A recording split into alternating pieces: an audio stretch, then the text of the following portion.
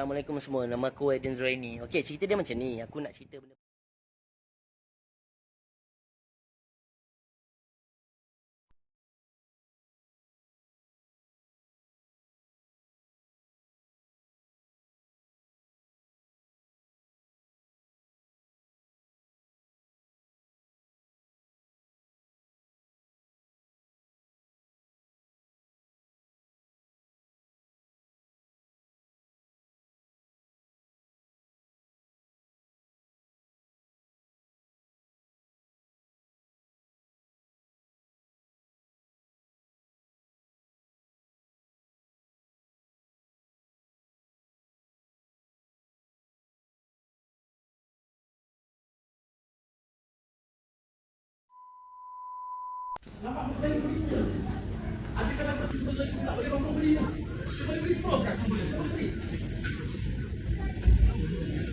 Alright, Assalamualaikum semua. Nama aku Aiden Zuraini. Okey, cerita dia macam ni. Aku nak cerita benda betul pasal kes viral MACD ni. Okey, yang marah tu bapak aku. Aku dah cakap lah pada video lepas. Korang sendiri tengoklah apa benda yang aku terangkan.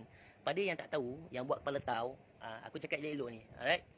Dia macam ni cerita dia. Bapak aku dah pergi drive thru. Okey, dah order apa benda yang dia nak makan. Dia sampai rumah, dia balik, dia cek-cek apa yang nak makan. Satu burger tak ada, iaitu cheeseburger yang macam dia cakap dalam video tu lah. Alright.